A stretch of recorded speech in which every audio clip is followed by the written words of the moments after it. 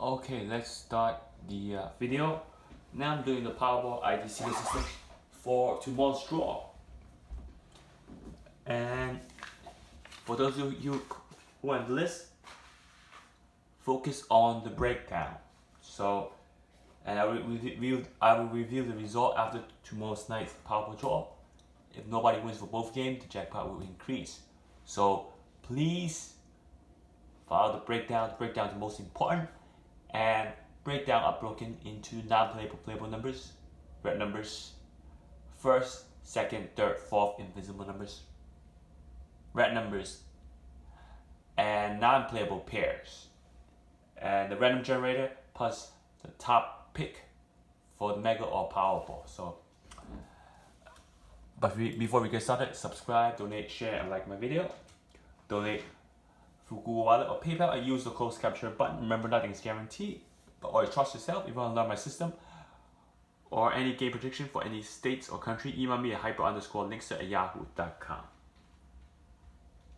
And my system goes up to part 14, 15, 16, which is invincible numbers, okay? And right now I'm working on part 17, still working on it. Last draw, there were pretty much only one low numbers, which is 25, 37, 39, 61, 62, are all high numbers. So they were on the odd matrix because 25, 37, 39, 61, and 11 were all 5 odd balls. Only 62 was even ball. So last draw wasn't as much as you would see, but they were odd matrix. You wouldn't have known they were odd matrix and mostly high numbers for the white balls.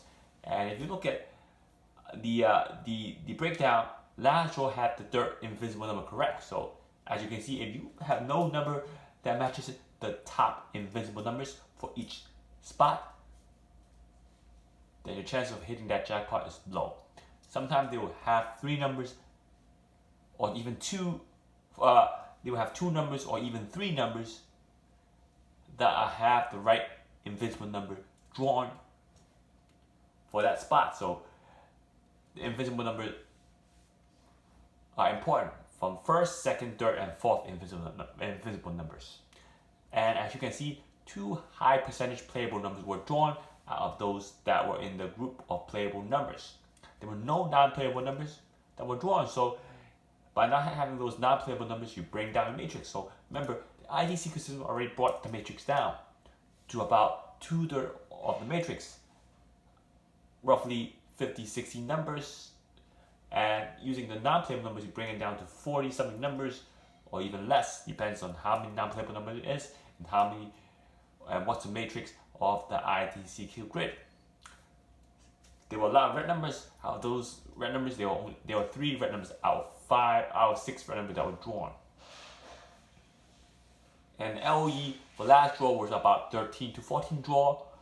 So you can spot check me to see if I'm correct. There were about 13 to 14 draws that would have limited a lot of number using the LOE.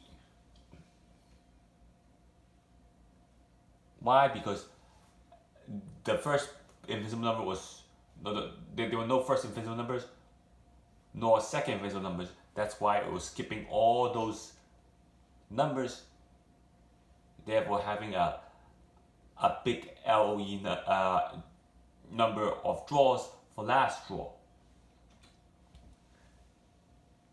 For those of you who want to learn how the LOE works, it's part of one of those illustrations. You can email me for that also. And here's tomorrow night's IDC system.